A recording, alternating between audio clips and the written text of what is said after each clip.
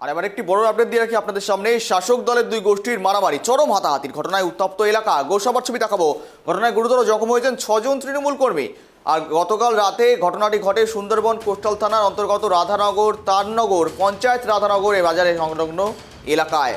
এই খবর নিয়ে রীতিমতো কিন্তু বেশ চাঞ্চল্য তৈরি হয়েছে গোটা এলাকায় এবং তৃণমূলের গোষ্ঠীকন্দল গোষ্ঠীদ্বন্দ্ব আর যার জেরে এই ঘটনা এমনটাই এখনো পর্যন্ত জানা যাচ্ছে। যে ছবি দেখাচ্ছি দেখুন, গোসাবার ছবি। গোসাবায় শাসক দলের দুই গোষ্ঠীর হাতাহাতি, গোষ্ঠীকন্দলের জেরে আহত 6 তৃণমূল কর্মী সমর্থক।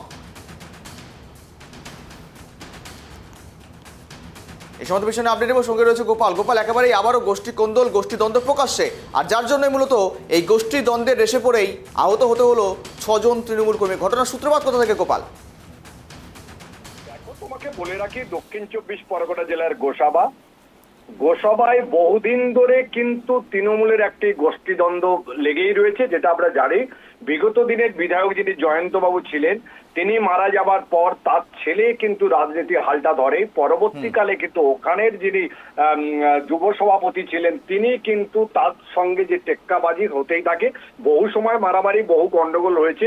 সেটা কিন্তু আস্তে আস্তে তৃণমূল স্তরে ছড়িয়ে যাচ্ছে, অর্থাৎ গ্রামীণ রাজনীতির মধ্যে ছড়িয়ে যাচ্ছে বলে জানা গেছে। যেটা গতকাল রাত্রে গোষ্ঠীদ্বন্দ্বের মধ্যে মারামারি, অর্থাৎ দুপক্ষ যে তৃণমূল সুন্দরবন কোস্টাল থানার রাধানগর তারানগর গ্রাম পঞ্চায়েতের সংলগ্ন এলাকায় গিয়াসউদ্দিন জমাদার, আলেম মারিফ, সাবিবুল মোল্লা, সাবিবুর জমাদার, আমিনা বিবি, রহিলা জমাদার, ওরা মোল্লাখালী হাসপাতালে এখনো পর্যন্ত চিকিৎসাধীন। কিন্তু কেন চিকিৎসা হলো? 2023 সালে 27শে নভেম্বর রাধানগরের তৃণমূলের বুথ সভাপতি ছিল মুছাকলি মোল্লা, সে খুন হয়েছিল। সেই খুন নিয়ে রাজনীতি প্রচুর তোলপাড় হয়, কে মেরেছে কেন মেরেছে, পরবর্তীকালে নিজের দলের লোকেরও নাম এসেছিল।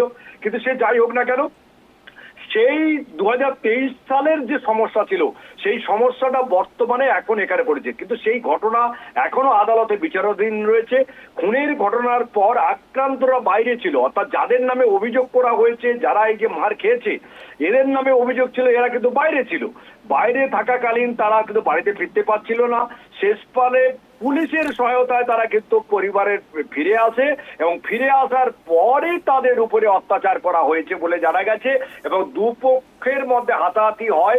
তবে বেশিরভাগ অভিযুক্ত যারা রয়েছে তারা কিন্তু পালিয়ে যায়। তারা প্রাথমিক চিকিৎসার পর তাদের ছেড়ে দেওয়া হয়, কিন্তু জখম হয় গিয়াসউদ্দিন আলম এবং ওদের পরিবারেরা।